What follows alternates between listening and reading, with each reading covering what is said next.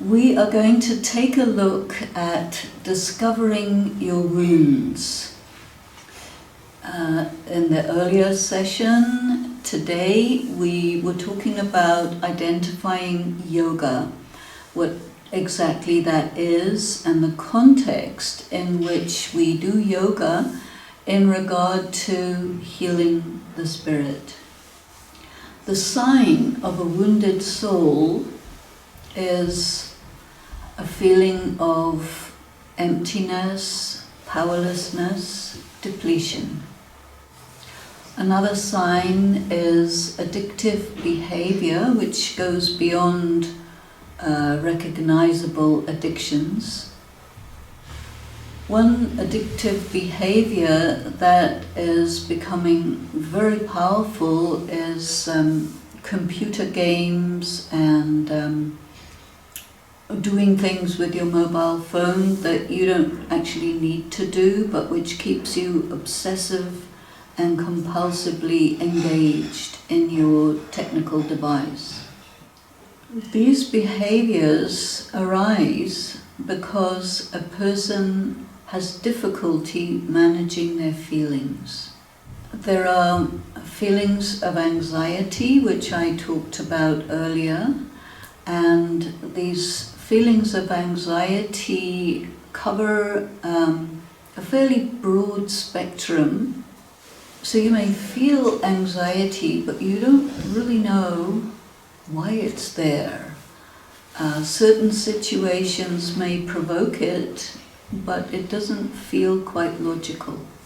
You may also experience that there is a provocation which you would normally react to, but you overreact, and you don't know why you have such a strong reaction to such a relatively small provocation. Another indicator of a wound is that when somebody says something or behaves to you in a certain way, which has nothing to do with you really, but you will take it personally, and that will cause this anxiety or other feelings to arise.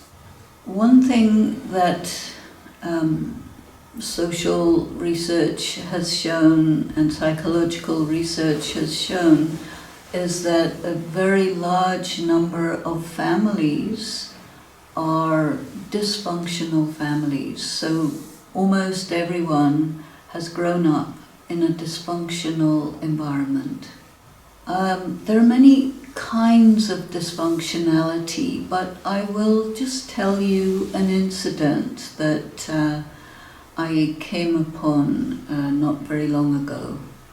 I was in the Philippines a few months ago, and I was invited to participate in a conference of educators. And in the process, at one point I asked the participants, many of whom were school teachers, what challenges they face.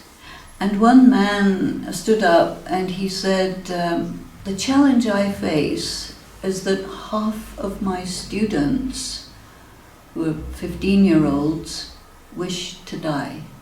And I was so astonished about this that I stopped the proceedings and I asked him to come to where I was sitting so that I could talk to him in detail that what is going on such that half the class wishes to die. I had never come across that percentage of people who want to die.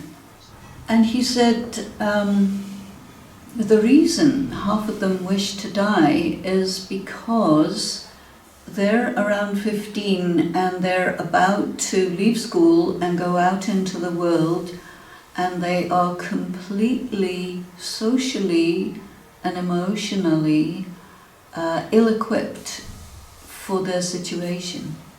So then I asked him, what happened to them, so many of them, that they all got in this really difficult situation at this point in their lives? And he said, well, their parents are not able to get work in the Philippines, and so they go abroad and they work abroad, so they are not there for their children while their children grow up. So then every so often they come home and they bring money and they bring presents for their children, and the presents do not produce the happiness that the parents anticipate. And the children start to behave in ways that the parents don't expect, and then the parents start to be quite aggressive towards the children, and it breaks down in a lot of conflict.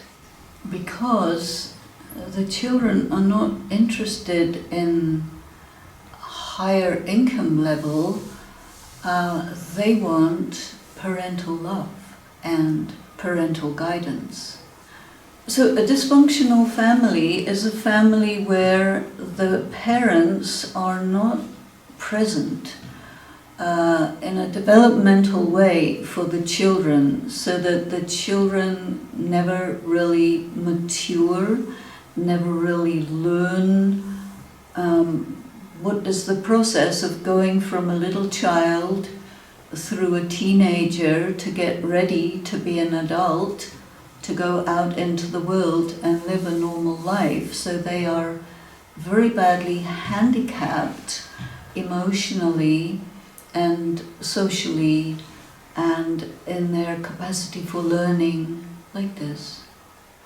So the parents show love through money or material items, and they show guidance through punishment. And the result of that is those children, a whole generation of children, want to die. So this kind of dysfunctional family is a byproduct of an economic problem, which is not under the control of the adults who are trying to raise a family, not able to get money, so they go outside, and whatever they tried to do fails.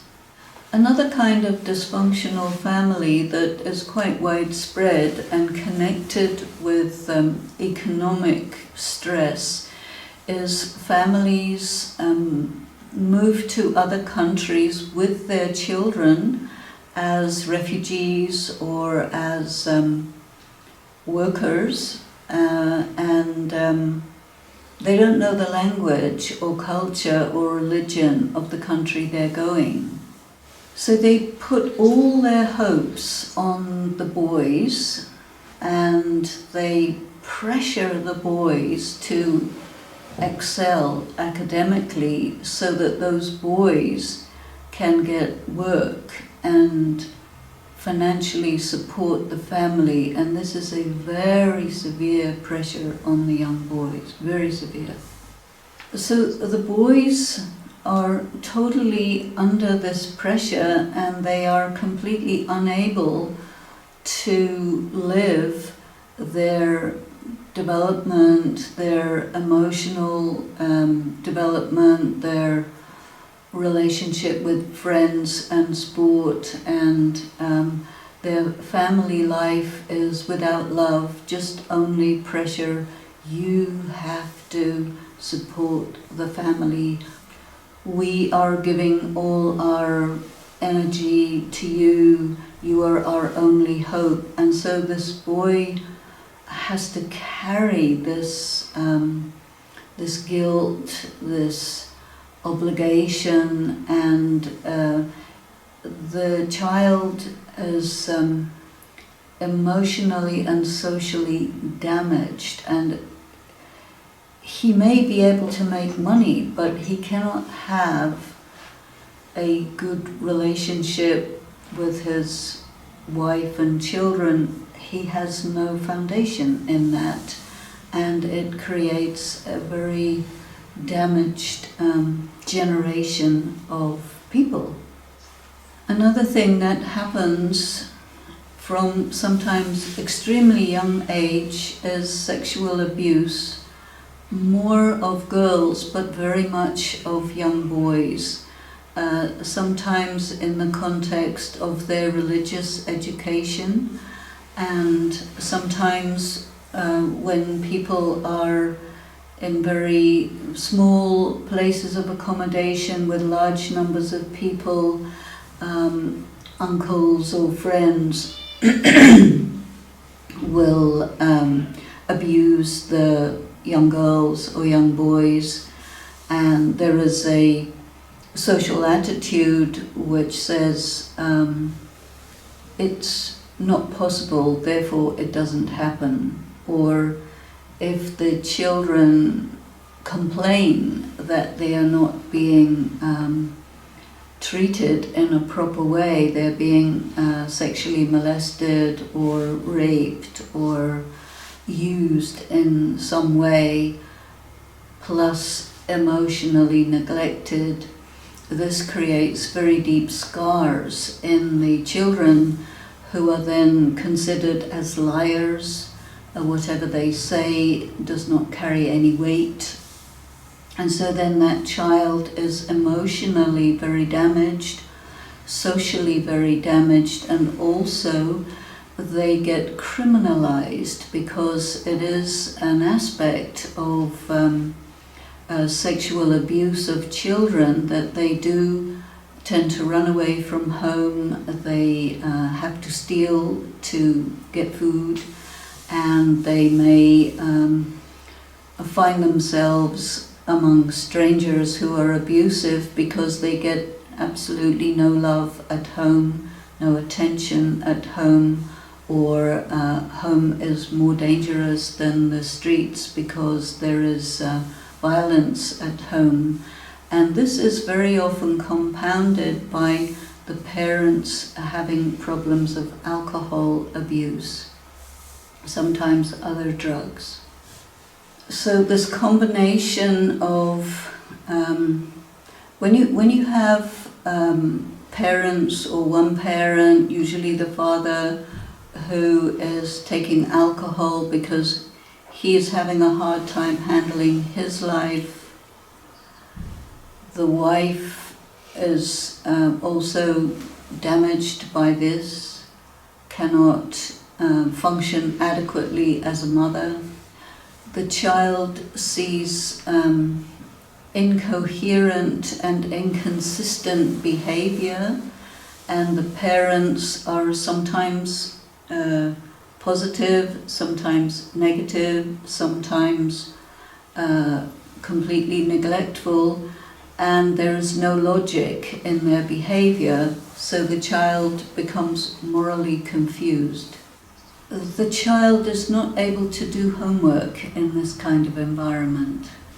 Then the school reports are very negative, and the child will sometimes have emotional outbursts in school, either in the classroom or the playground. And then the school will say this child is misbehaving and will punish the child. So the punishment comes from the parents and the children, and in many cases from the religious authorities as well. So the irresponsible behavior of the parents is completely blamed on the child. And then the child is badly wounded by this, and these wounds stay for the rest of their life. There is another kind of dysfunctional family, and that is where the parents divorce. Sometimes the child is used by the divorced parents as an instrument to hurt the other parent. I was once in Los Angeles in an event where there were children who were survivors of the war in Cambodia who were talking about their experiences. Their parents had been killed in the war, and they had seen their parents getting killed in very inhuman manner. Then they were adopted in United States as like an act of charity. And they said something quite interesting, that what they experienced in the horrors of war was no different from what their American young school friends experienced in broken families. Another kind of dysfunctional family is if one or another of the parents has mental illness. Maybe the mother has depression, the father is schizophrenic, they go in and out of institutions, they are taking pills, they are completely unable to be emotionally present for their children, and the children are very wounded and scarred from this. Another kind of dysfunctional family is where there is severe illness.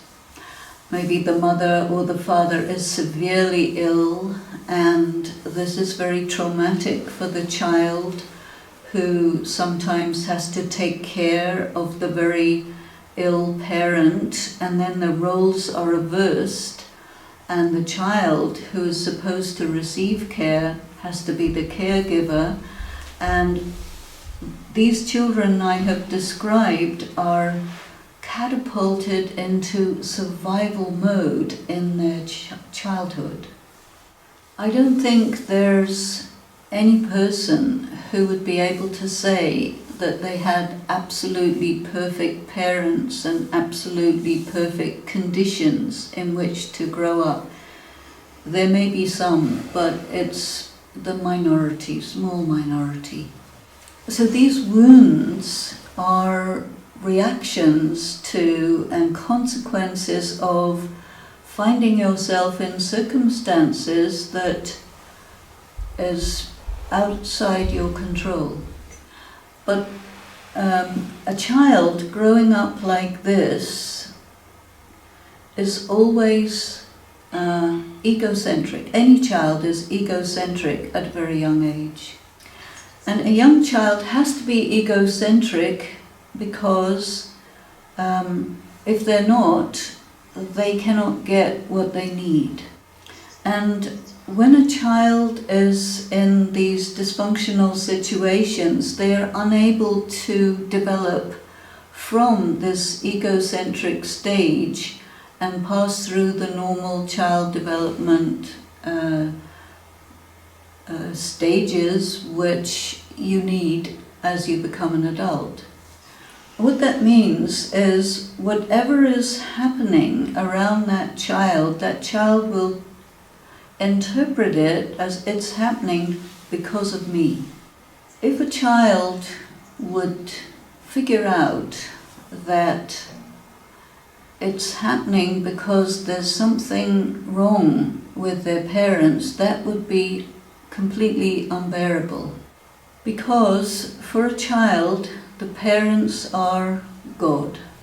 If the child would see that my gods are defective, it's unsurvivable. So it is actually survivable to think, all this is going on because there's something wrong with me, not because there's something wrong with the world. That child then becomes stuck in that developmental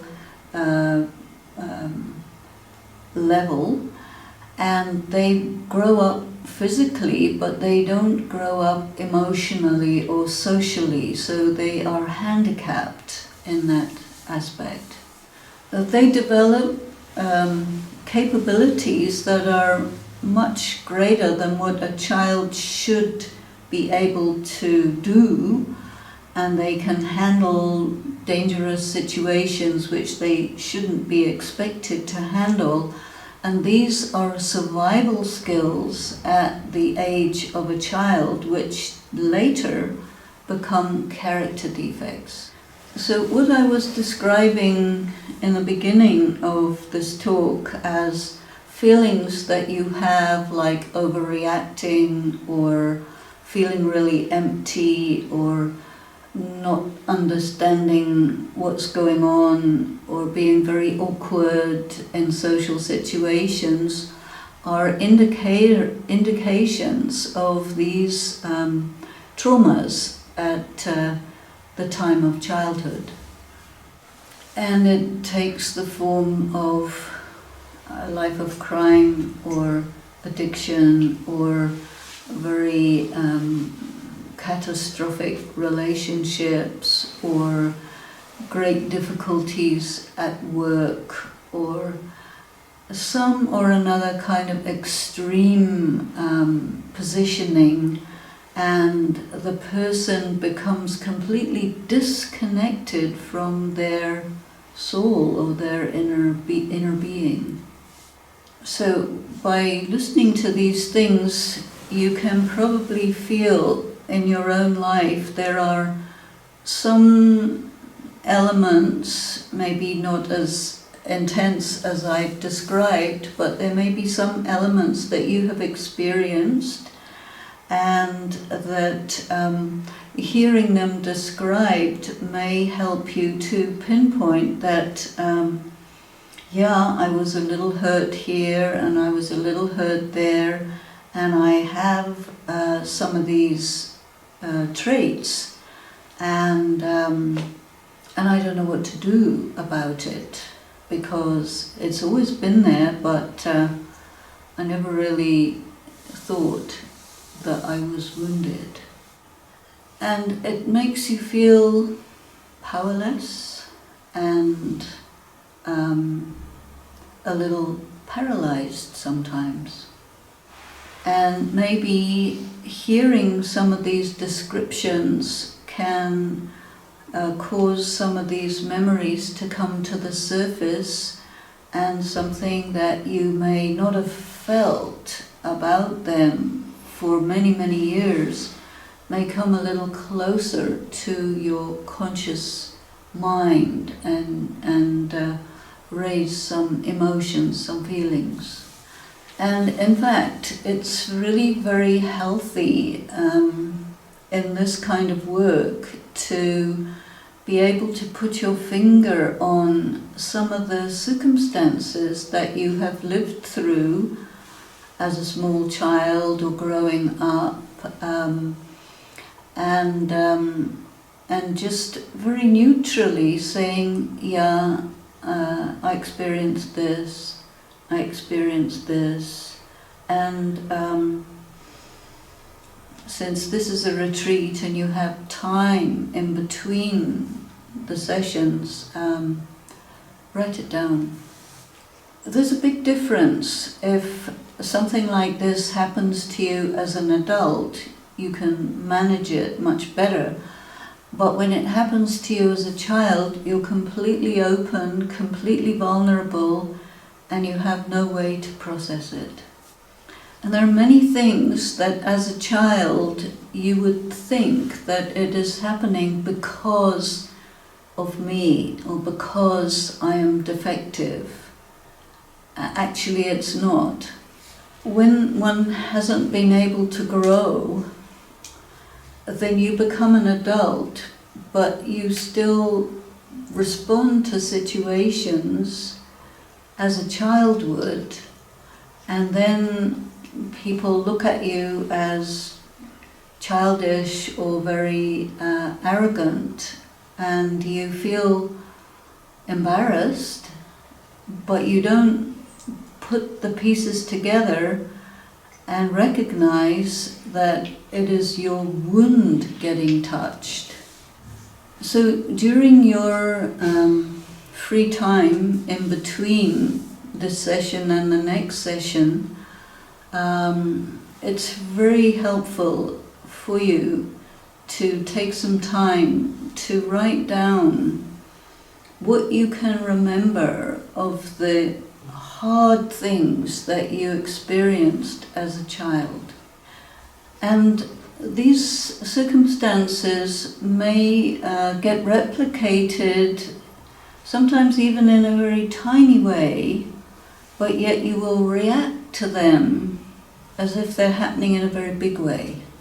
Another thing that you may observe about yourself is if you come across anyone who experienced what you experienced, you will identify with them and you will feel particularly empathetic and maybe overly merciful for them. And then instead of acting in a balanced way, there will be some imbalance in how you behave, and this will put you in a compromised situation. So in this session we're just looking at the importance at trying to identify and put your finger on different types of hard things that you experience, because this is where you got wounded and the wound is not attended to. You can understand that if as a child there is a wound, what you will do is put a big bandage over it and hope it will go away. And many people do that, but that's not how you handle a wound. What has been wounded is your heart, your soul, your mind, your sense of self, your belief in yourself, your belief in safety. There will be insecurity, there will be confusion, there will be a discrepancy between your intelligence and your achievements. But that wound is still bleeding, and it is festering, and it is driving your sense of self, your feelings, your way that you handle your life. But you're not aware of how it's operating because you have buried it. And by opening it up, it's going to hurt. Just like if you have a wound and you cover it up with bandages for a couple of weeks, it's going to get infected and really hurt by the time you open it up. But the doctor has to open it up and has to apply some disinfectant and do the process of removing the pus, and yes, it will hurt, but without going through that, you can't really heal. What I mean by this is that when we start to look for and uncover our wounds, we have to be very kind and compassionate to the self and give ourselves permission that of course it will hurt and I may react to that pain. And for this you need strength. We talked earlier about how yoga is a practice that is designed to enable us to draw power because we need the strength to do this next part. So I'm looking at the time and feeling that this is a good time for us to just stop for a moment and just have a few moments of quiet reflection. You can see in the picture behind me, it's a picture of light that is radiating and pulsating. This is about as good as we can do to represent that source of light and love and strength that's going to help us to get the power and the other qualities and resources we need to get back to deep personal inner health. So let yourself become quiet and turn your attention within. Go deep inside to your heart. That means really the heart of your soul. That most delicate, fragile and private part of your being, that place in your being where your wounds reside. Go in there lovingly and caringly, gently being with yourself. Feel your heart with kindness and compassion. Understand yourself and tell that delicate self how much you care for yourself. You're touching your wounded self, which is very often as a child who never had the attention, protection and care that it needed. And now you are there for that wounded child. And just encircle yourself in love. Turn your mind to that beautiful source of light beyond.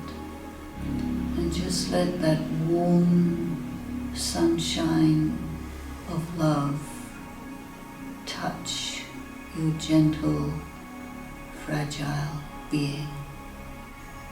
And just let that gentle warmth begin to heal you. Let yourself relax and just gently feel the sweet love.